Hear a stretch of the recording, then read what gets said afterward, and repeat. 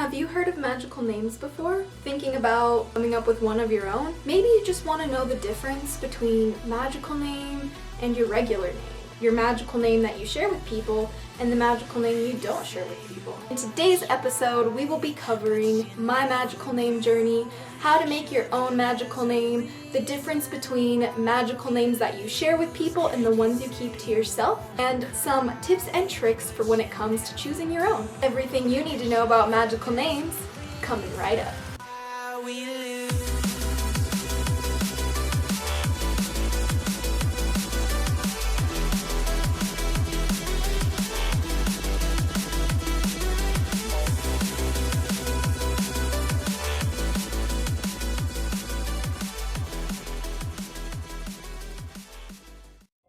Hatchlings, it's DragonFeather and welcome back to the channel, and on today's episode we are going to be talking about magical names. And this awesome episode is brought to you guys by the Hatchling clan Amino. If you guys have not heard of the Hatchling clan Amino before, it is a Amino I created for all of the hatchlings to learn about magic together and discover the magic within themselves. If you are interested in learning more about magical names and choosing your own, you can go ahead and join the Hatchling clan.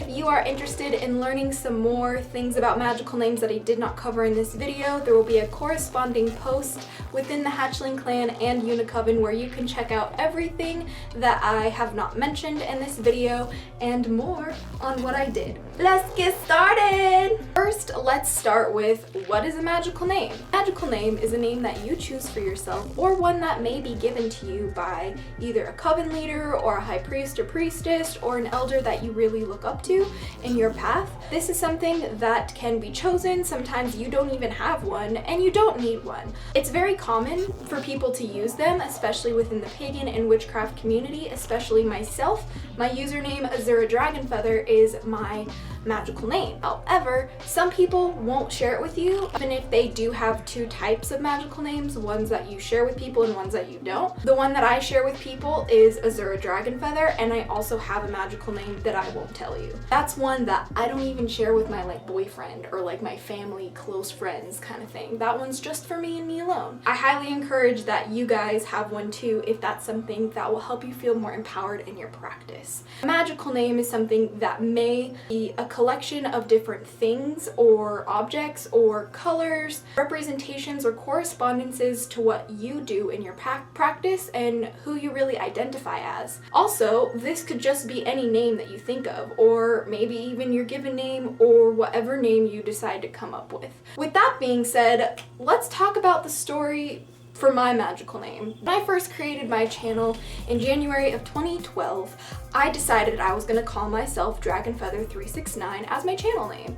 And the way I spelled it was Dragon, D-R-A-G-O-N, Feather, F-E-A-T-H-E-R, and then 369. That's the name that felt most comfortable for me and the one that I resonated with the most. But as time went on, I kind of decided that it kind of just grows and changes as you go. And throughout my journey and my magical path, my name, Azura DragonFeather, has changed throughout the years. And I wanted to kind of share with you guys that journey because I think it's really important to allow yourself to change your magical name, especially if you don't feel as attached to the old one. There's nothing wrong with you changing your magical name. That's up to you. And you can keep it the same, it's up to you, like I said. I was told a lot by people that the color of my aura was dark blue and mint green, or just blue and green in general. And this was really interesting for me because they are my favorite colors and I've always felt really connected to those colors specifically. At the time, I was always obsessed with the color Azure. It's spelled A-Z-U-R-E. And so that color, which is a dark bluish green color, just kind of always resonated with me. And so I was like, you know what, I'm gonna call myself Azure DragonFeather. Azure, A-Z-U-R-E, Dragon, D-R-A-G-O-N, Feather, F-E-A-T-H-E-R. I ended up going to this store called Magickal, and my dad took me there and he said, hey, you can pick whatever you want for your birthday, have fun. And so I was like, cool, let me just find something. So I was looking through all the things at the incense and the statues and the crystals, and then I came across like their glass case of necklaces. And as I was looking in there, I found this stone necklace, this crystal necklace that was blue and green. And I later learned that that crystal is called azurite. And I was shooketh. And after I discovered the stone azurite being the same color as what everyone told me my aura was, and the color that corresponded with Azura, which was my name, I knew that I was onto something. And more time passed, probably like a year or so, and I decided to call myself Azura instead. And so all I did was change the E to an A. It wasn't that big of a deal, and it was something that I felt like was more feminine than just Azura. I felt like Azura was more feminine, felt more like me than being called Azur, because I didn't want to be called Azur, I wanted to be called Azura. Now I go by Azura, and most people call me that on the internet if they don't call me DragonFeather. So I prefer to be called that, honestly, and I prefer to be called Azura towards my real name just because it resonates with me more and it feels more authentic to me. But again, as time went on, I decided to change it again because throughout my journey I have felt so connected to fairies and the magical realm, like the mythical realm, and just the fae in general. And the fae is so much more than just fairies. It's like elves and gnomes and salamanders and sliffs and like all of these beautiful magical creatures and unicorns and just like all of the magic pretty much. And the fairy realm really inspired me to connect with myself in a different way. Look into magic that I felt at the time wasn't really being discussed by many people. I couldn't find much on it, and so I had to practice by myself. I thought for so many months on changing my name again to Azura DragonFeather, pronounced the same way, except feather would be spelled F-A-E-T-H-E-R, as like the fae. I literally thought about this for like months, you guys, like maybe even over a year. And I was just like, you know what, like I really just like, I want to do this, but I just feel like I've been changing my magical name so much, like I don't know who I am anymore, like, but then again, like are people gonna think of me differently? And it's like, no one really spells my name right anyway, so like. I decided that I was going to change my name again. And that's what my channel name is now, is Azura DragonFeather, spelled A-Z-U-R-A, Dragon, D-R-A-G-O-N, Feather, F-A-E-T-H-E-R. I did not spell it wrong to all of you guys in the comments who have told me I can't spell my own name. So, it's intentional, just so you know. It's kind of like a play on words with fairy, so that's my magical name now.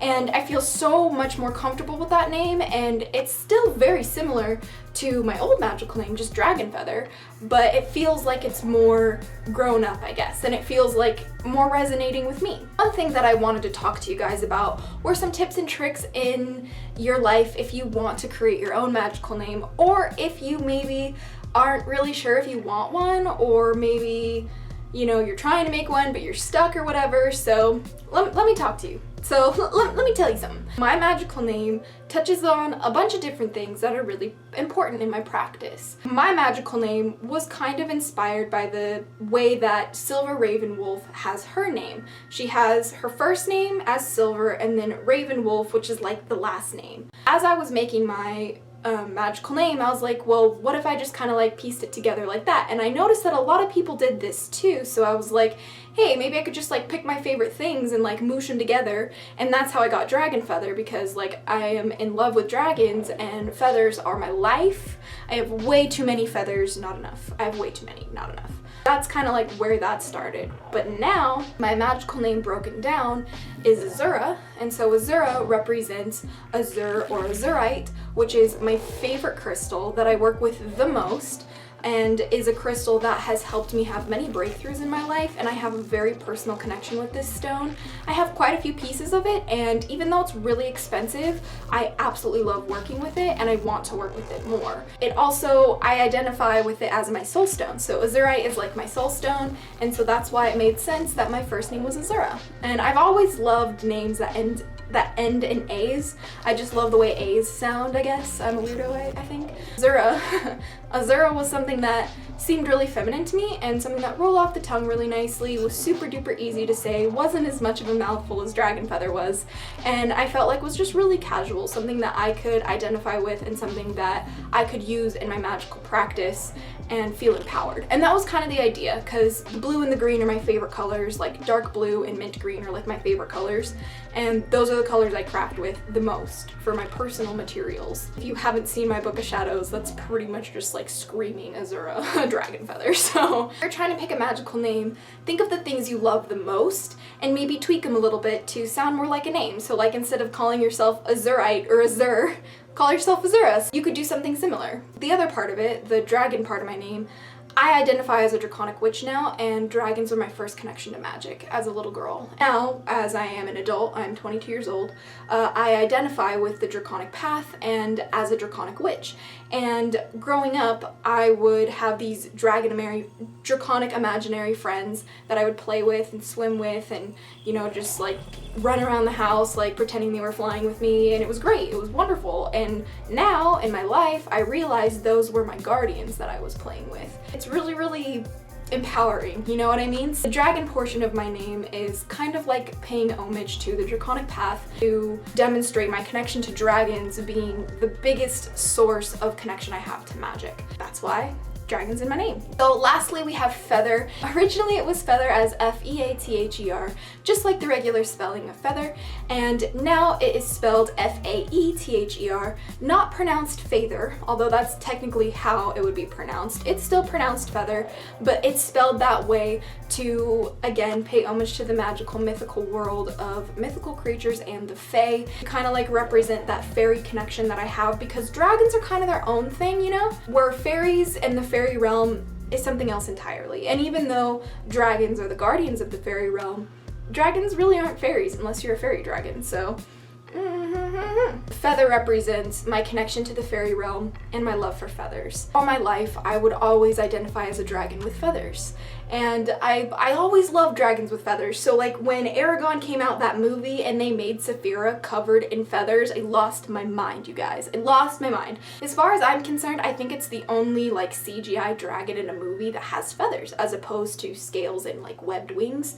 So that's something that I thoroughly enjoyed. I was like, oh my gosh, it's a blue dragon and it has fucking feathers, literally me. So I was like, I'm literally Saphira right now, bite me. I just adore feathers. I collect feathers. I've been collecting feathers since I could remember. Like birds are just like so inspirational to me, and like the fact that they have flight, the power of flight, I just think is so incredible, and like how feathers are so specific like tools for these creatures to stay airborne, and the way that they function even on a microscopic level to make sure that they're aerodynamic just blows my mind. And I think another reason why I'm so connected to feathers is because my air sign is Aquarius. My zodiac sign is an air sign, which is Aquarius. Even though Aquarius sounds kind of like watery, as it is, it's like the water bear, I just kind of feel like a cloud. You know, like I am the air sign that gives you water, which means I am the cloud in the sky that gives you water. So that's another reason why feather really ties into that. So that's pretty much my magical name and why I will be going by Azura DragonFaether now. No, it's not spelled wrong. It's spelled F-A-E-T-H-E-R on purpose.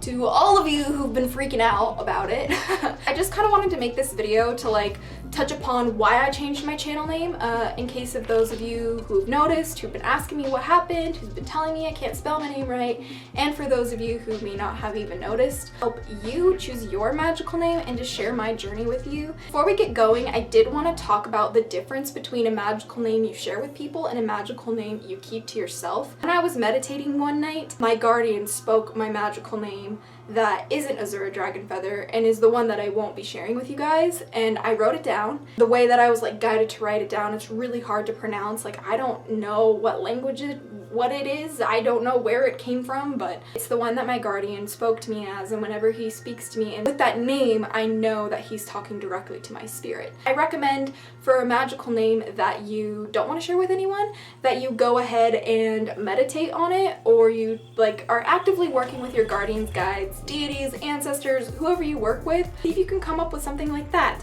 If you are an atheist, maybe you should just go sit under a tree and think about it. If you don't work with any like deities or spirits spirits or whatever. That's my magical name that I won't share with anyone, and I highly recommend that if you are given a name like this, not to share it with anyone, because it's very similar to like a guardian's name. You just don't share it with anyone because names have power and you don't want people to have power over you. The magical name you share with people is the name that you use to separate the mundane or the real world from the magical one. This is a name that you use when you're in circle, when you're in ritual, when you're hanging out with the magical folk, and you just kind of want to feel a little bit of a difference there. You are going to perform a magical ritual to honor Mother Nature, and that's why you have a magical name. Don't ever feel pressured to have a magical name. Like, you literally never ever have to make one if you don't want to. And anyone who says you have to have a magical name is totally lying through their teeth, because you don't. It's a personal choice, it's a personal preference, and there's many content creators here on YouTube and just on the internet who are witches who don't have magical names, or who choose to go by something else entirely, or use their own name. So it really just depends on who you are, what you want, and what resonates with you. So don't just pick a name because you want to be cool. Pick a name because it really means something to you and it represents you in your practice, or it just resonates with you when you say it or when you hear it. For me, Azura DragonFaether does that, and I absolutely love my name. I totally have to edit my Book of Shadows to have FAETHER now.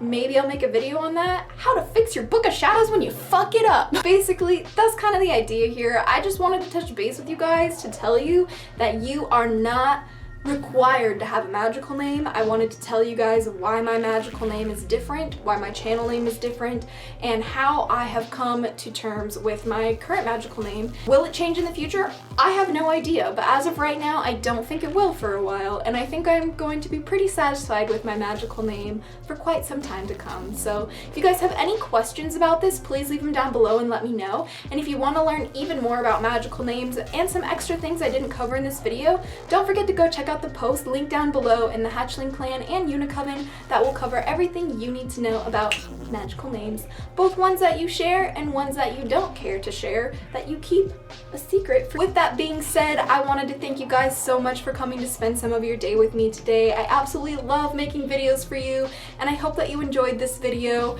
and I hope that you'll stop telling me that I can't spell, because even though I'm a witch, I know I can't spell, but I promise you that my name is spelled the way it's supposed to. So now you know. Now you know that Azura DragonFaether is supposed to have an AE in there, so. I will catch you guys later. Thank you guys so much for watching, but until next time, stay geeky and cheeky and freaky, little hatchlings.